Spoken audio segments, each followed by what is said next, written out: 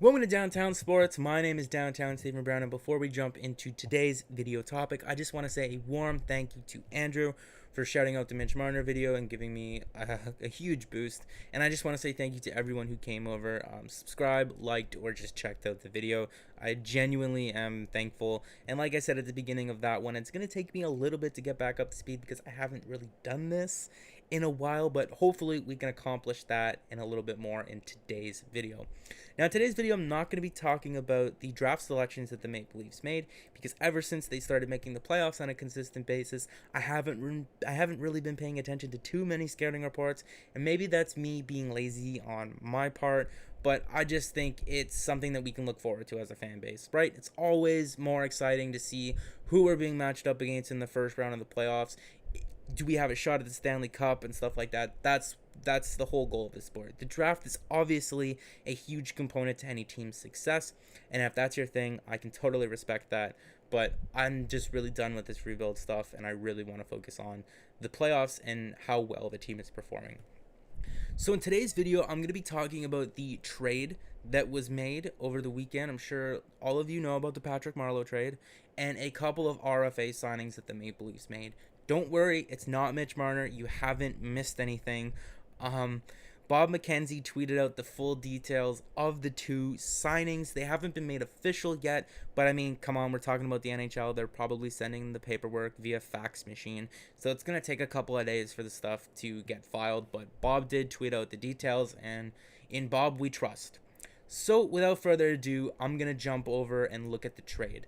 Now, the Maple Leafs traded Patrick Marleau, a 2020 conditional first-round pick and a 2020 7th-round pick to the Carolina Hurricanes in exchange for a 2020 6th-round pick and cap space. And basically, the condition on the 2020 first is if the Maple Leafs happen to somehow have a horrible season and they pick in the top 10, then they would get their own first round pick back, and then they would then surrender their 2021 first round pick instead automatically. So just think of that as the Ottawa Senators clause. I mean, I don't have to say anything more about that. So next up, I'm going to look at why it cost the Maple Leafs so much to move out Patrick Marleau. So just ignore the really crappy graphic. I'm sorry about that. But we're going to be paying attention to the bolded text because that's the final year of Patrick Marleau's contract. And we're going to be paying attention to the $3 million signing bonus that Patrick Marleau is owed this July 1st. Or at least that's what we thought was going to be happening, right? Because he was supposed to be paid out a $3 million signing bonus, and then the real money left on the deal was supposed to be $1.25 million, which is insignificant compared to his $6.25 million cap hit, and they were supposed to be able to ship this contract out to a team needing to reach the cap floor without actually spending real dollars. So think of a team like Arizona or New Jersey before this weekend. Holy crap, they really pulled a rabbit out of their hats. And Carolina, like they ended up doing. But what ended up happening was after the playoffs, we found out that this $3 million signing bonus is to be paid out in 2 installments.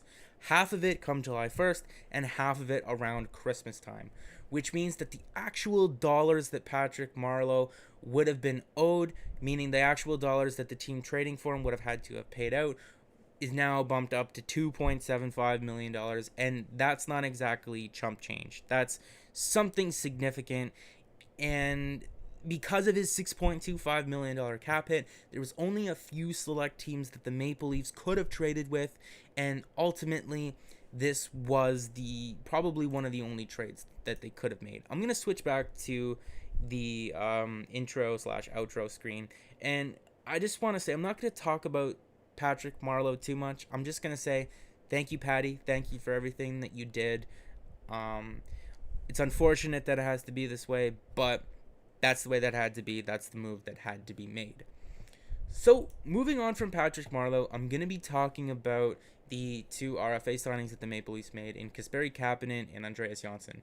And to help me out a little bit, I'm going to be heading over to capfriendly.com because they have a very helpful tool that's going to help me compare these contracts to other active contracts around the league and past contracts.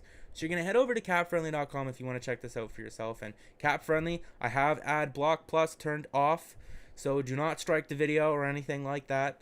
And we're going to head over to tools now. We're going to hit comparables. And that's going to bring you up to this screen here. And because the contracts haven't been finalized, you're going to have to head over to custom comparables. So you can kind of theory craft a little bit if you want to just play around with that and just hand out contracts and see comparables for other players. And you're going to fill this out here. The most important boxes being games played at the date of the signing and the points that the player has occurred at the date of the signing. That's going to give you the most accurate comparisons. But luckily for us, I've already taken the liberty and filled this out.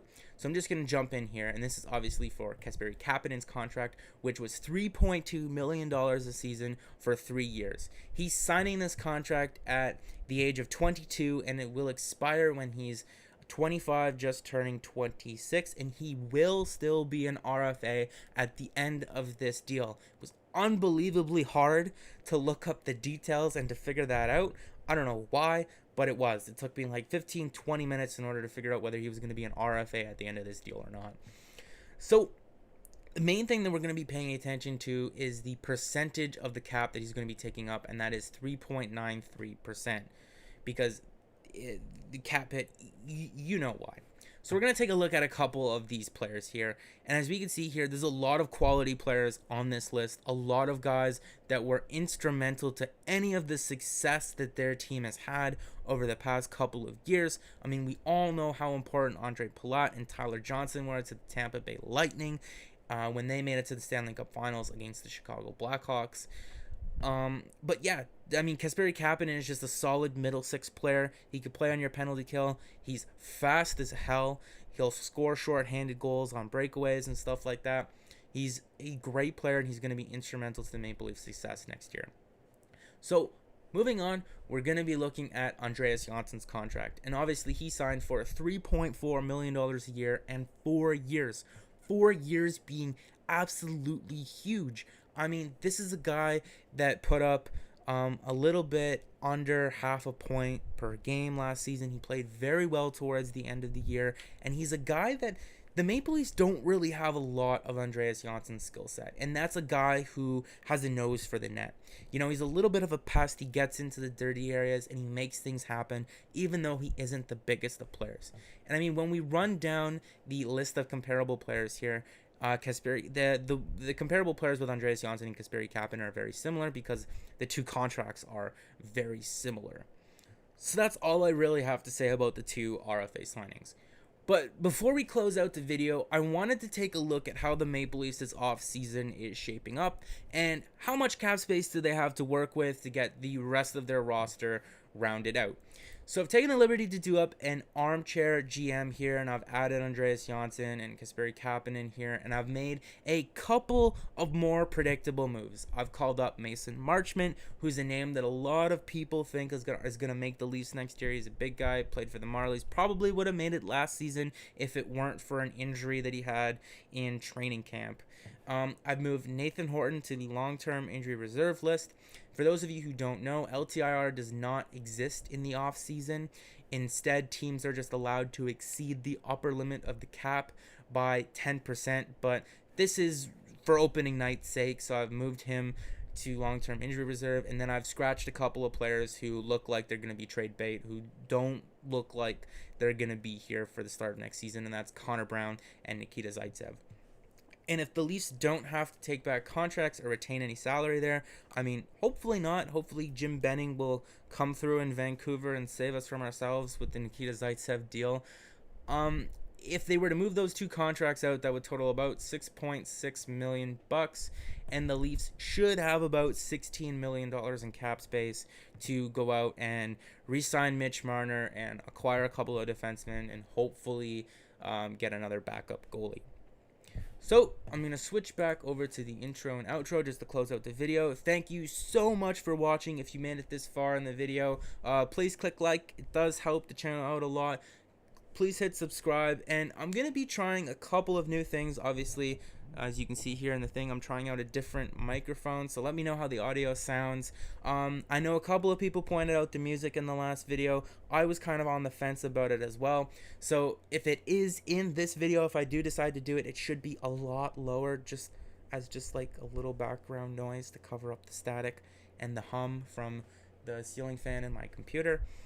But again, thank you so much for watching. I hope you all have an amazing rest of your day whenever you're watching this, an amazing rest of the week whenever you're watching this, and I'll see you guys in the next one.